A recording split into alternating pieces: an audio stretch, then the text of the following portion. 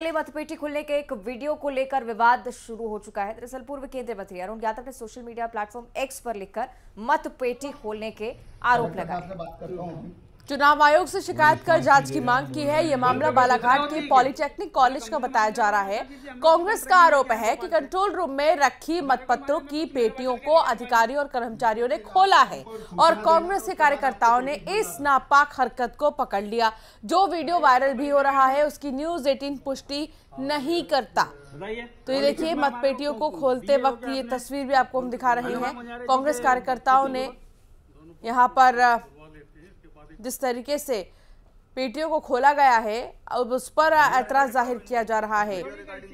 मतपेटियों को खोलने का वीडियो वायरल हो रहा है और इस नापाक हरकत को कांग्रेस के कार्यकर्ताओं ने पकड़ लिया। अरुण यादव पूर्व केंद्रीय मंत्री ने इस पर ट्वीट भी किया है और लिखा कि मध्य प्रदेश में मतगणना 3 दिसंबर को होनी है। उससे पहले ही बालाघाट के पॉलिटेक्निक कॉलेज में बिना अभ्यर्थियों को सूचना दिए डाक मतपत्रों की पेटियां खोल दी गई। मैं कार्यकर्ताओं से आग्रह करता हूं कि मतगणना स्थल पर मुस्तैदी के साथ ही मौजूद रहें। हार के डर से बौखलाई शिवराज सरकार अपने नापाक मंसूबों में कामयाब ना हो पाए। अरुण यादव की तरफ से सोशल मीडिया प्लेटफॉर्म एक्स पर ये ट्वीट सामने आया। पूर्व केंद्रीय मंत्री हैं अरुण यादव और उन्होंने इस पूरी घटना को लेकर ट्वीट किया।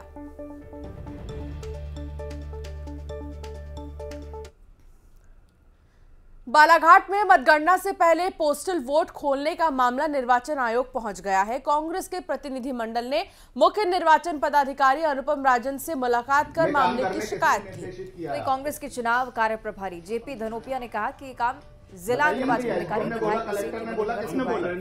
हमने आज शिकायत की है। जांच के बाद कार्रवाई का आश्वासन भी आयोग की तरफ से मिला है।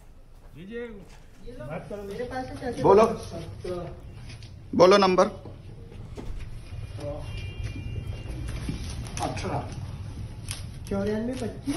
9425 48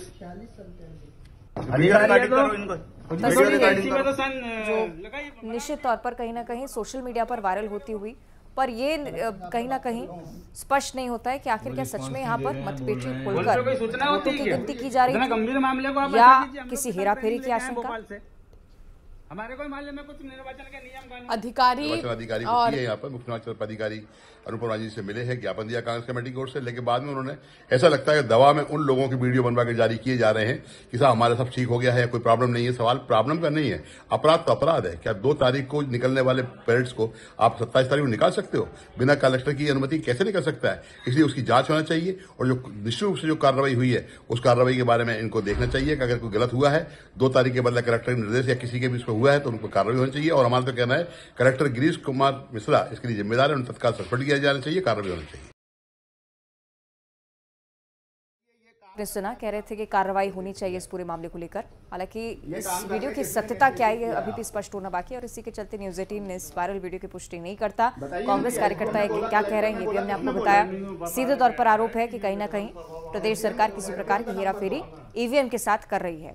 बालाघाट की ये तस्वीरें सोशल मीडिया पर चर्चाओं का विषय बनी हुई और उसी के चलते कांग्रेस कार्यकर्ताओं को भी सीधे निर्देश दे दिए हैं कि अपने अपने बूथों पर अपने अपने मतगणना स्थलों पर मुस्तैदी बनाए रखें, क्योंकि किसी भी हेराफेरी की आशंका से कभी भी इनकार नहीं किया जा सकेगा। और अगली खबर जबलपुर से है, जहां वेयर हाउस के बाहर खुले में रखा 16 करोड़ रुपए का धान गायब हो गया, जिसके बाद संबंधित विभाग में हड़कंप मच गया है। गुजरात की कंपनी गो ग्रीन को इसके रखरखाव की जिम्मेदारी सौंपी गई थी। अब वेयरहाउस कॉर्पोरेशन इस मामले में गो ग्रीन कंपनी के खिलाफ मामला दर्ज कराने की तैयारी में जुटा है। सवाल यही कि आखिर कहां गया धान? रखरखाव की जिम्मेदारी जिसे दी गई थी उसने ये जिम्मेदारी नहीं दिखाई। गो ग्रीन कंपनी के पास रखरखाव की जिम्मेदारी थी और खुले में धान रखा गया था। हालांकि धान के अब गायब होने से हड़कंप मचा हुआ है।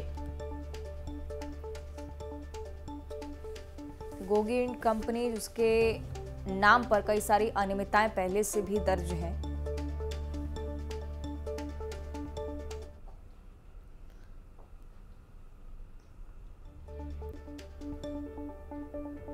प्राइवेट कंपनी को हमने पीएमएस के तहत धान भंडारण उसके हेतु अनुबंध किया था हमने। उनको धान भंडारण के लिए 98,000 टन के आसपास हमने धान दी थी केप में भंडारण के लिए, लेकिन 2% से अधिक शार्टेज आई, जो शासन के नियम अनुसार से अधिक 2% से अधिक जो शार्टेज आई वो करीब 16 करोड़ के आसपास की हो रही है, और वो मात्रा है 8,500 MT के लगभग। तो जो मात्रा इतनी के मतलब वेयर हाउसिंग कॉर्पोरेशन को मिल नहीं पाई है, इस संबंध में MD सर के निर्देश हैं FIR करने के, तो उसी संबंध में हम उनकी FIR कर रहे हैं। तो कहाँ गई ये धान? ये खराब हुई है या कि? सर ये तो वही बता पाएंगे सर, कंपनी वाले ही बता पाएंगे ये तो, क्योंकि एक साइड पे हम गए थे तो वहाँ बहुत सारी जो धान है वो सड़ गई है जी। तो सर ये उनकी लापरवाही से उनने सड़ाई है या फिर कोई उन्होंने ठीक से रखरखाव नहीं किया, वो उनकी लापरवाही से। खबर अनूपपुर से है, जहां कोतमा थाने के वार्ड नंबर 6 में देर रात हथियारबंद बदमाश घर में घुस गए, लेकिन इस दौरान घर वालों के जागने से बदमाश को उल्टे पांव भागना पड़ा। तो घर में ही रहने वाले युवक के साथ बदमाशों की झड़प भी हुई। मामले का CCTV भी सामने आ चुका है।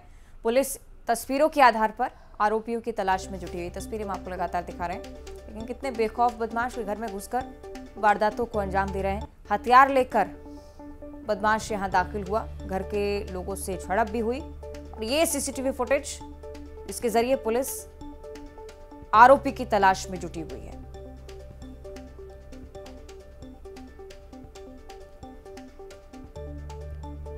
तो CCTV कैमरे की फुटेज हम आपको लगातार दिखा रहे हैं, सावधान कर देने वाली भी पूरी घटना। हथियार लेकर बदमाश, बिल्कुल अनूपपुर में घर में ही चोर बेखौफ है और चोरी करने के लिए वो पहुंच जाते हैं, घरों में घुस जाते हैं, ताला तोड़कर कई बार वो चोरी कर देते हैं। लेकिन ये उस वक्त की तस्वीर है जब घर में ऑलरेडी लोग थे और तब चोर चोरी करने के फिराक से घुसा था, लेकिन जब लोगों ने चिल्लाना शुरू किया तो चोर को उल्टे पांव भागना पड़ा।